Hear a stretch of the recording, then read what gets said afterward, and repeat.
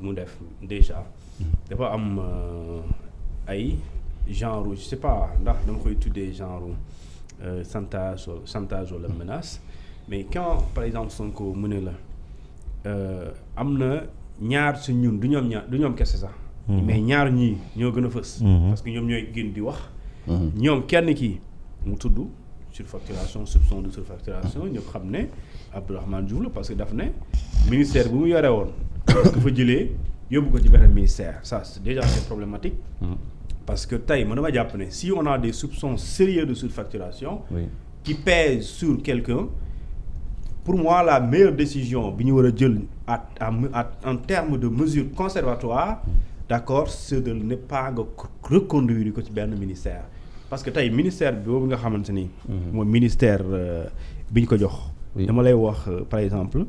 tey ñu ngi woon ci ministère de l'environnement waaw tey xam nga ñaata milliards lañ ko dolli c'est-à-dire am na un surplus de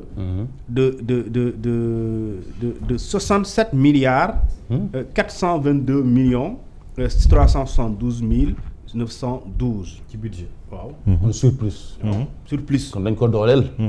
contre maanaam 49 milliards la doon nekk tey ñu ngi ci ñaata 117 milliards la doon nekk tey ñu ngi ci 264 milliards waaw dool nañ ko yeneen structure Sonaged cadre de vie xawma ak beneen moom lañ ko dénk donc kon bu fekkee ne da nga koy soupçonné marché bële un marché de 45 milliards après les faits comment on les a expliqués alors nga joxaat ko beneen ministère boo xamante ni ministère boobu ren en 2025 année budgétaire 2026 bi yokkal nañ ko ci ministère boobu mu war ko gérer ñu yokkal ko 64 milliards en plus de ces 64 milliards li koy justifier on y a rajouté des directions pour jox ko plus de responsabilité kon ngay gis ne donc bu dee question de xaalis la question de gestion question de bonne gouvernance question de je sais pas soupçon de surfacturation le problème n'est pas réglé il est déplacé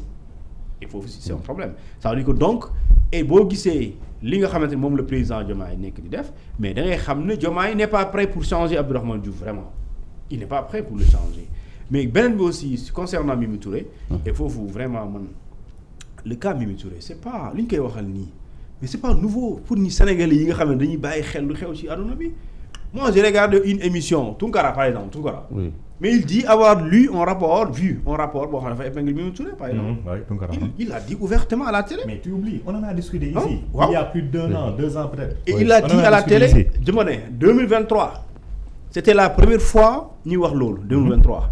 quand Mimi Touré répondait à la presse pour dire mu menacer leen de porter plainte jamono jooju noonu y avait pas d'élection au Sénégal dañ doon waaj a def élection donc ça veut dire que donc connaissant tout ça on a accepté de tourner voilà cette histoire crochet comme si dara existé wul et après Mimi Touré a adhéré naturellement à la coalition Diomaye elle a signé et elle est signataire mais pare donc elle est membre et pourtant loolu c'est pas réglé léegi plus tard mu nekk fa président di ko yónni ci di ko jox ko responsabilité di ko yónni ko ñu dem ba jamono parce que y a un pressentiment que soxna si lañ nar a remplacer Aïda Mbodj alors l'arme c'est quoi kii sax dañ ko épinglé ci benn rapport di ñu tuddee IGE et maintenant foofu après d'autres vont dire comment le premier ministre Ousmane Sonko nan la mën a jotee rapport boo xamante il n'est pas le destinataire sëñ bi dama ne rapport boobu ñuy wax mais bu fekkente ni c'est destiné au président de la République il y a eu des rumeurs yoo xamante ne circulé na fi ñenn si am nañ si ay copies ñooñu on fait semblant de ne pas savoir mais fii il y a des rapports yoo xam ne c'est tenu confidentiel mais nit ñi am nañ ko rapport IGF bii dañ ko nëbboon xaw ma lan gisoo ko ñu koy tasaare jamono ji IGF c'est un rapport qui circule partout tout le monde a ce rapport dans son téléphone donc maintenant li am solo mooy booy xool léegi nag lépp lu Sonko waxoon àndu ci Diomaye moom def na contraire bi et léegi ça veut dire que donc yow li nga bëgg kii moom li nga bëgg moom àndul parewul pour def ko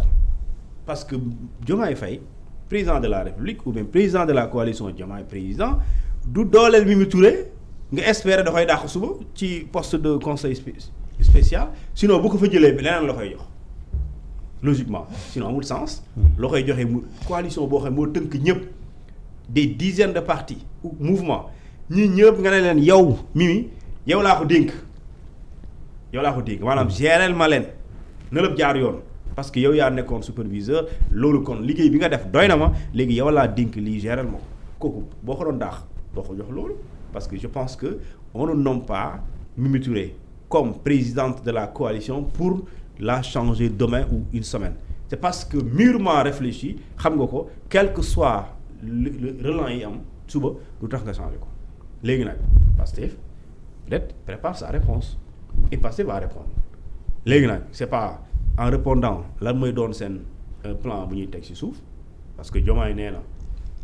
Sonko nee na moi premier ministre du point de vue institutionnel bu kenn xalaat ma démissionné oui. mais parti Pastef dañuy coalition bi dañ koy restructurer et dafay tourner autour de Pastef. Et vu li Diomaye def ni narul tourner autour de Pastef de parce que bu doon day tourner autour de Pastef Diomaye allait faire ce que veut le président de Pastef. léegi nag si bu dee deful ce que veut le président de Pastef est-ce que le président de Pastef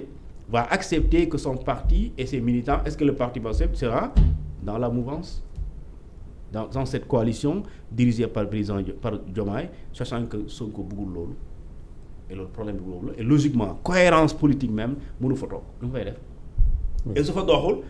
boo fa jógee jóge bi encore day dem ba law ci gouvernement bi et dans ce cas fu ñu dem après Sonko s'il quitte le gouvernement il va aller à l'Assemblée nationale parce que le nouveau règlement intérieur plutôt je pense qu'il prévoit la suspension de ce qu'on appelle du poste de député. C'est prévu,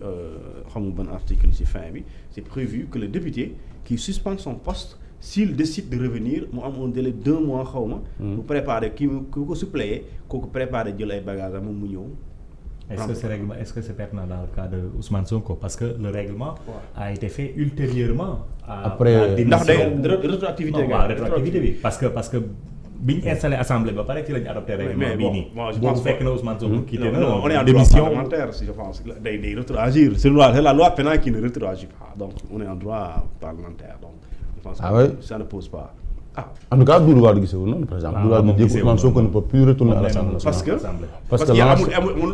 parce que en réalité bi muy jóge assemblée boobu mënul woon suspendre son mandat boobu boo xasee ba génn on te considère comme un démissionnaire de fait. Non, d'ailleurs, même si on doit prendre Ousmane Sonko au mot. dafa ne je suis venu démissionner. Oui. Bon, c'est par la suite que après que le doyen a dit qu'on a parlé de justement suspension. Mais loolu aussi il faut comprendre lorsque Ousmane Sonko est venu déposer sa lettre de démission parce que loolu la wax et j'ai vu d'autres par exemple dire ouais etc. Mais Ousmane Sonko quand il est venu avant muy dem mais il s'est enfermé avec le président de l'Assemblée nationale pendant des heures laata muy génn. Oui mais qu'est-ce qu'ils sont dit. waaw mais du li nga waxante dans le secret d'un bureau moom la assemblée bi. non xam naa je sais c'est-à-dire l'erreur peut être maintenant le premier regard la télévision. gaañ bi poser les questions. non oui peut-être effectivement te loolu bi mu yegsee rek la. waaw voilà te loolu xam nga ne sëñ bi soo ko kiiyee en réalité dans le document lettre de après j'ai vu un député à l'Assemblée nationale qui a exigé que le président Douaye Alla Kane mu liiral leen la lettre de suspension mu liiral leen ko et il a lu cette lettre. C'est ça le problème maintenant donc ils ont tenu compte du règlement intérieur bu ñu bëggoon def plus tard même si il n'est pas encore en vigueur. léegi nag lii par exemple fu mu ñuy yóbbu rek on risque d'être dans une tension yoo xamante ne jaru ko le Sénégal le vrai problème du Sénégal warul nekk un débat politique nous sommes dans un contexte économique compliqué d'accord où pendant presque 1 an l'État du Sénégal n'a pas fait des investissements l'État est dans ce qu'on appelle du fonctionnement et on peine à aller dans l'essentiel léegi soo nekkee ci benn genre tension yi nii fu mu lay yóbbu rek mooy alors l'essentiel doo ko mën sax. ça paralyse le pays. Voilà déjà le dernier rapport moi que j'ai vu le dernier rapport d'exécution trimestrielle il nous parle de ce qu'on appelle l'inexistence quasiment de ce qu'on appelle d'investissement. Pendant ce temps on nous dit infrastructure sanitaire baaxul bëriwul ñu tuddee tali baaxul mais même à Dakar les yoon yi doxul. mënuñ ko régler. c'est-à-dire que FERA c'est quoi Ageroute c'est-à-dire tali yi gën a nekk ci marché yi Tilène il y a même pas une semaine xaw ma marché Tilène sëñ bi nga xam ne c'est sur l'une des voies les plus tendres les plus droites mais boo fay dem tu vas faire des minutes mënoo dem parce que tali bi nii la loolu mooy farata Sénégal ça c'est élémentaire mais essentiel léegi nag su fekkente ne nekk ci ay politique ay xëccoo fii xëccoo fële donc alors que on va vers 2017 2027 et 2029 et ça veut dire que donc bu ñu nekkee ci problème boobu politique mooy nekk au-dessus de l'essentiel pour les 5 ou 3 4 années qui nous restent et malheureusement éternellement c'est ça. Et malheureusement si Sonko et Diomaye ont un problème. c'est on va commencer fi Macky Sall jeexalee ak Sonko. waaw d'accord nañu tàmbale et c'est malheureux. lu am solo mooy ñun si wàllu koom-koom dëkk bi dafa nekk si ay jafe-jafe